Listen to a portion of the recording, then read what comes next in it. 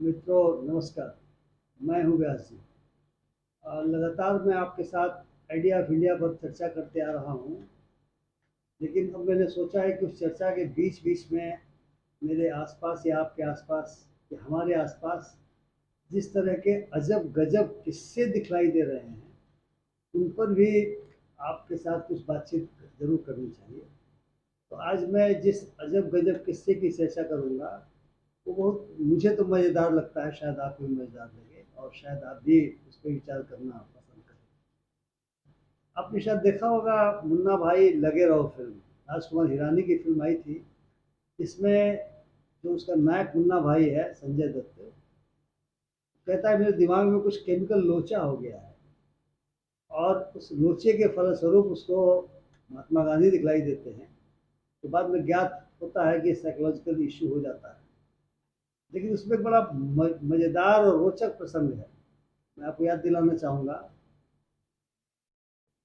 एक प्रेमी प्रेमिका की शादी होने वाली होती है, बाकायदा बारात आई होती है, लेकिन शादी के पहले दोनों की कुंडलियां मिलाई गई थी, और जो प्रेमिका का पिता था उसने उसकी कुंडली कुछ हेर फेर करा दी थी। लेकिन शादी के जस्ट पहले, यानी जब बारात आ गई थी तो उसके जस्ट पहले जो दूल्हा पक्ष के जो वर पक्ष के जो पंडित जी थे, उनको किसी न किसी तरीके से मालूम हो गया कि जो लड़की वो मांगलिक है। अब उन्होंने कहा साहब मांगलिक लड़की से शादी कैसे होगी, तो होगी तो लड़का ही मर जाएगा, वर मर जाएगा। वर का पिता एज यूजुअल फैल गया, उसने कहा ये कैसे हो सकता है। और आपको याद होगा कि जब इस बात की जानकारी मुन्ना भाई को मिली उस लड़की के माध्यम से, एक ड्राइवर के थ्रू उसको पता चला, तो मुन्ना भाई सर्किट को लेकर के मौका वारदात पर पहुंच गया। याद है आपको? और वहाँ उसने सर्किट से कहा कि सर्किट, ये जो पंडित जी हैं, देखो ये मांगलिक नहीं है और इनको कुछ होने होने नहीं जा रहा। उसने पूछा पंडित जी बताइए 2 मिनट बाद आपके साथ क्या होगा? बोले कुछ नहीं होगा। होगा क्या? मैं तो बिल्कुल ठीक रहूंगा। उसने सर्किट को कहा कि सर्किट मैं 10 तक गिनता हूँ, उसे गोली मार देना, इसका कुछ नहीं होगा, देखना इसकी खोपड़ी नहीं उड़ेगी, गोली चलने के बावजूद गोली वापस आ जाएगी। और जब उसने गिनना शुरू किया तो पंडित जी के होश फाख्ता हो गए और पंडित जी बेहोश होके नीचे गिर गए 10 की गिनती पूरी होने के पहले। इसको देखने के बाद हंसी भी आई और ये भी लगा कि शायद जो अंधविश्वासी लोग हैं, जिस तरह की चीज़ों में विश्वास करते हैं, शायद उनको लगेगा कि साहब उन्हें वैज्ञानिक चेतना पर विश्वास करना चाहिए। हमारे संविधान में भी वैज्ञानिक चेतना की चर्चा की गई है। पंडित नेहरू तो लगातार कहते थे साइंटिफिक टेम्पर विकसित करना अपने देशवासियों में। लेकिन इधर एक बड़ी मजेदार घटना घटी है, और ये 23 मई को फैसला आया माननीय उच्च न्यायालय हाई कोर्ट के एक सिंगल जज का, और फिर कल यानी शनिवार को उस फैसले पर स्टे लगा दिया सुप्रीम कोर्ट ने। अब हिंदू का ये देख लें, इससे आपको स्पष्ट हो जाएगा कि फैसले पर सुप्रीम कोर्ट ने स्टे लगाया हुआ है, और ये सुओ मोटो उन्होंने कार्रवाई की। क्या फैसला था 23 मई का? एक लड़के ने एक लड़की को शादी का वादा किया, और शादी के वादे के बाद उसका यौन शोषण करने लगा, यानी शारीरिक संबंध बना लिए। और जब शादी की बात आई तो मुकर गया तो बट नेचुरल है कि लड़की ने उसके विरुद्ध बलात्कार का केस कर दिया, फुसला करके यदि यौन शोषण किया जाता है तो बलात्कार की श्रेणी में आता है। वो जेल चला गया। उसके जमानत का मसला जब हाई कोर्ट में गया तो मजेदार घटना घटी।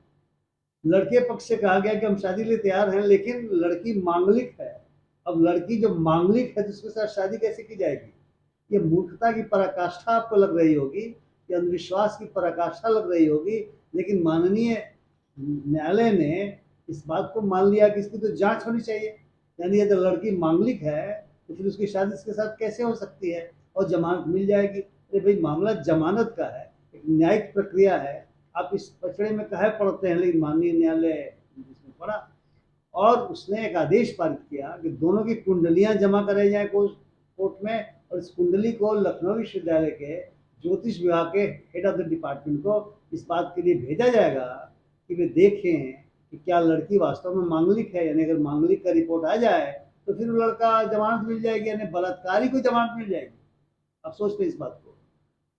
सुप्रीम कोर्ट का विज्ञान में ये बात आई, और hats off to Supreme Court, salute करने का मन करता है कि उन्होंने सुओ मोटो, वैकेशन जज जो है, वैकेशन बेंच चल रही है, उन्होंने इस पर विचार किया। और सबसे बड़ी बात ये भी रही कि जो यूनियन के हमारे वकील हैं, अटॉर्नी जनरल तुषार मेहता जी, उनसे पूछा कि आप क्या सोचते हैं। उन्होंने कहा बहुत ही अजब ये फैसला है, सब अजब गजब चीज़ें हैं, वेरी मतलब बहुत अद्भुत लगता है। कोर्ट ने उसको स्टे कर दिया और हाई कोर्ट को कहा कि आप जो है सो मेरिट पर सुनवाई करके जमानत का फैसला कीजिए। 26 जून उसकी तारीख पड़ी है, और खुद अपने यहाँ जुलाई में लगाया कि हम बाद में इस चीज़ को देखेंगे। अब हम विश्वास करें कि सुप्रीम कोर्ट अल्टीमेटली यह मानेगा कि जमानत का जो मसला है वो इस तरह के विश्वासों पर, जिसको कुछ लोग अंधविश्वास भी कहेंगे, मेरे जैसे लोग कहते हैं अंधविश्वास, अब भी हम में से भी बहुत सारे लोग अंधविश्वास कहेंगे, कुछ लोग विश्वास भी कहेंगे। तो क्या इस तरह के विश्वासों के आधार पर बलात्कारियों को एलिबाई देना चाहिए क्या?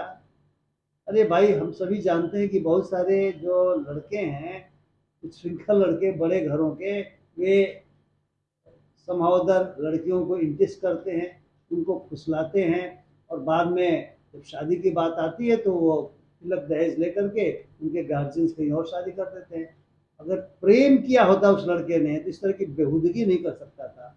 जैसा कि लगे रहो मुन्ना भाई में दिखाया गया, क्योंकि तो मुन्ना भाई ने बाद में पूछा, जो उसमें प्रेमी लड़का था, वो अमिताभ बच्चन के सुपुत्र जो दूसरे बच्चन हैं वो थे, और उसने कहा अपने पिता से कि देखो पिताजी, अगर इसके साथ शादी हुई तो आपके अनुसार मैं मर जाऊंगा, और शादी नहीं हुई तब भी मर जाऊंगा।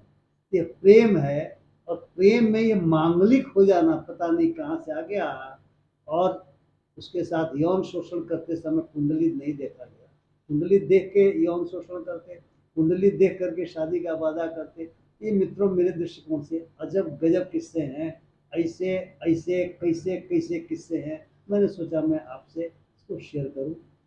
अगर आपको अच्छा लगा हो तो कृपया इसे आप, इस वीडियो को आप शेयर करें, और यदि अभी तक आपने मेरे चैनल को सब्सक्राइब नहीं किया हो तो कृपया सब्सक्राइब करें। बहुत बहुत धन्यवाद। नमस्कार।